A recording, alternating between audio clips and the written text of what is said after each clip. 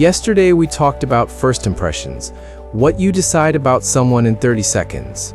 Amyy, I want to follow up on something you said. The bees. The bees, the woman at the workshop who said she had killed 4 colonies and loved it. You said that in one sentence she became the most interesting person in the room. She did. Why, what actually happened in your brain when she said that? I think I stopped performing when I am at a workshop or an event and people are introducing themselves. There is a kind of half attention you give. You are listening, but you are also thinking about what you will say next or whether you look interested enough. And then she said that thing and I just stopped. I actually looked at her. Because it did not fit. Because it did not fit anything I had already assumed. I had already placed her in a category and then she stepped out of it. There is a term for this in psychology, a schema violation. Your brain has built a model of what this person is and then receives information that does not fit the model. And the response to that is heightened attention. You pay more attention to things that surprise you than to things that confirm what you already thought.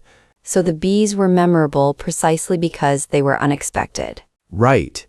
If she had said, outside of work, I enjoy hiking and reading, nothing happens in your brain because that fits the model. It confirms what you expected from someone who presents the way she did. But 4 dead bee colonies. 4 dead bee colonies breaks the model entirely. And now you are paying attention. So is the lesson. Be weird. Not quite, because if you are being weird on purpose, people can usually tell. The bees worked because they were genuinely hers. She was not performing an interesting detail. She was just telling the truth about something she actually does. The authenticity is what makes it land. The authenticity is everything. A calculated quirk is immediately visible as a calculated quirk. I think about this a lot in design, actually. When I am working on a brief for a client and they say, we want to stand out, we want to be memorable, the instinct is always to reach for something dramatic, big font, unexpected color, something that shouts, look at me. And that almost never works. The things that actually stay with people are usually quieter, a small decision that is so right it feels inevitable, the detail you almost did not notice but that makes everything else make sense. The detail that earns its place rather than demanding attention. Exactly. Demanding attention is exhausting. Earning it is a completely different thing. Let me give you an example from teaching. I've been in the classroom for 10 years, and I can tell you with some certainty which teachers my students remember. It is almost never the ones who were the most energetic or the most entertaining. It is almost always the ones who noticed something specific about them. What do you mean? One of my students last year told me that the teacher she remembered most from school was one who, on her first day in a new country, said to her, "You have a strong voice, not good English, not you are very brave. Just you have a strong voice." That was 15 years ago. She still thinks about it. Because it was specific. Because it was specific and because it was true. That teacher had listened carefully enough to notice something real, and then she named it, and the student felt seen, not evaluated, seen. There is a difference between being seen and being praised. A huge difference. Praise can be generic. You did well today. Good work. But being seen requires attention. It requires that someone noticed something particular about you.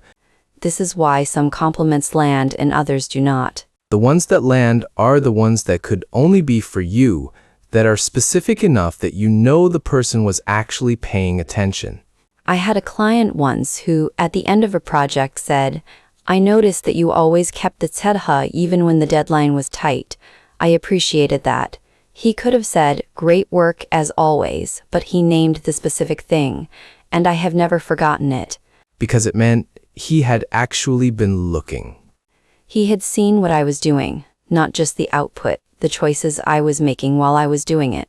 So we are building an argument here. The detail that makes you memorable is not something you craft in advance. It is something that is genuinely yours. And the details that stay with other people are not the most impressive ones. They are the most specific ones. The most specific and the most honest. Right, so the question is not, how do I become more interesting? The question is, what do I actually do, think, care about, or fail at that no one else does in exactly the same way? And then, am I willing to say it out loud? Which is the harder part? Much harder, because the things that are most specifically ours are also the things we most expect other people not to understand or care about. Tell me something if someone asked you right now. What is something about you that would surprise most people in this kind of context? I collect very old transit maps, subway maps, bus route maps. From cities all over the world, I have a 1968 London Underground map framed in my living room. I find the design decisions they made under enormous practical pressure, fascinating the way information was organized before software's paper, before screens, just a designer, a problem. I did not know that. Almost no one does because it does not come up.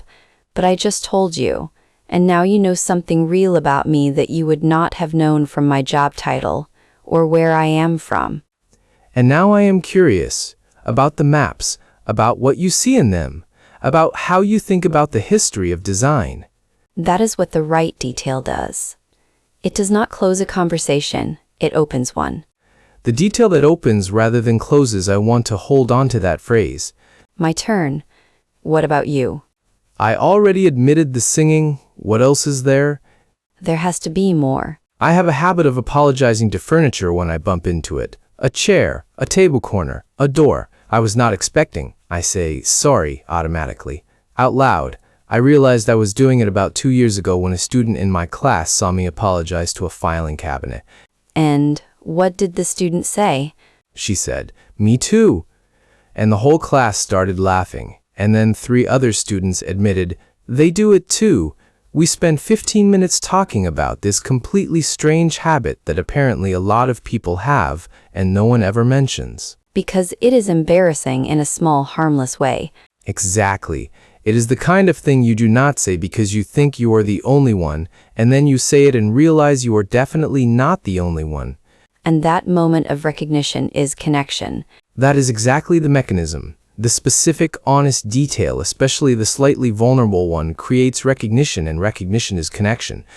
So when you are in a new English-speaking environment, and you feel like you need to say the right thing, to have the most polished introduction, to perform the most confident version of yourself, you are actually working against the thing that would make you memorable.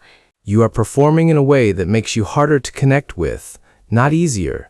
The polished version of anyone is the same as the polished version of everyone else. The interesting version is the one with the transit maps and the dead bees and the furniture apologies. The interesting version is the honest one. And here is the practical part. You do not have to share everything at once. The detail does not have to be dramatic or confessional. It just has to be real, and it works best when it comes in response to a genuine question rather than as a prepared statement. Because you can feel the difference between someone who is telling you something real and someone who is delivering a crafted detail. You can always feel the difference. Even when you cannot name what the difference is. Your nervous system knows. So the work is not, come up with an interesting fact about yourself. The work is, stay honest long enough that the real things surface. And trust that the real things are interesting enough. Because they always are. I believe that completely. Every person, in 30 years of listening to people in classrooms and out of them, every person has something that is genuinely their own, something that would stop another person in their tracks if they were willing to say it. The barrier is not that the thing is not there. The barrier is the belief that it will not land. Or the fear that it makes you look strange. Strange is underrated. Strange is underrated. Here is where we leave you. Think of the 3 things you would say if someone asked you to introduce yourself at a professional event, the standard version. And then think of the one thing you would not say. The thing that is actually yours. That is the thing that would make you memorable. I want to talk about something connected because we have been talking about being memorable to other people, but there is another direction this goes. What do you mean? The details that stay with you about other people. The things that make someone unforgettable to you specifically, because I think that is just as revealing. What stays with you? I remember the exact way Marcus laughed when I first met him. Before I knew anything about him, before I knew his name, he was in the water, and something happened with a wave. Nothing spectacular, and he just laughed. The sound of it made me think, I want to know this person. I could not have explained why. I still cannot fully explain it. You sensed something honest in it. I think so.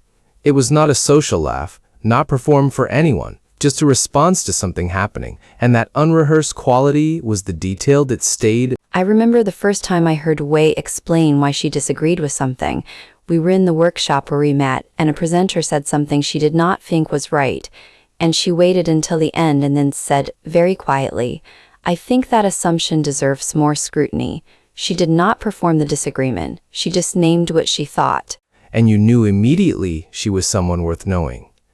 I knew immediately I wanted to be more like that, which is a slightly different thing. Admiration and attraction to friendship are close. Very close. So the detail that makes someone stay in your memory is also a signal about what you value, what you are looking for, what you secretly want to be able to do yourself. The people who stay with us are often holding something we are still learning. I had a student 3 years ago who changed how I teach. She was in her 50s, had been speaking English for 30 years, and she said one day, I think I have been apologizing for my accent my whole life, and I am not sure why anymore. Just that one sentence, and I thought about it for weeks. What did it change in how you teach? I stopped treating accent as a problem to solve. I started treating it as a texture, something that carries where someone is from, what languages live in them. Her accent was not imperfect English, it was English with a whole other language inside it. And that shift came from one sentence, she said. One unrehearsed, honest sentence. She was not trying to teach me anything. She was just thinking out loud, and it stayed. This is what I find most interesting about what we are talking about. The details that make someone memorable are almost never the things they planned. They are the things that happen in the gaps, the moment between sentences, the unrehearsed response. Which means you cannot engineer memorability. You can only create conditions where it is more likely to happen. What are those conditions? Being actually present, not managing how you come across, letting the conversation go somewhere you did not plan. Trusting that what surfaces will be enough. And trusting that the person in front of you is interested in what is real, not what is polished. Most people are, even if they do not know how to say it. Even if they keep asking the polished questions, underneath they are hoping someone will just say something true. And when someone does, the whole energy of the room shifts. You feel it immediately. Everyone does.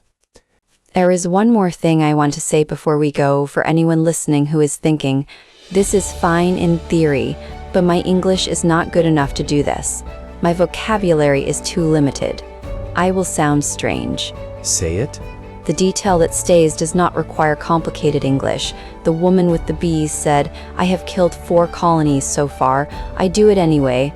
That is 20 words, no advanced vocabulary, no complex grammar. The power was in the content, in what she chose to say. The most memorable sentences in English are almost always short. I have never forgotten a long sentence. I have forgotten plenty of impressive ones. The ones that stay are the ones where every word was doing something. Say less, but mean all of it. That is the whole lesson. Here is where we leave you today. Think of the detail that stays with you about someone important in your life, the thing they said or did that made them unforgettable to you. Specifically, what does that detail tell you about what you are looking for in the people around you? We will see you tomorrow. Take good care.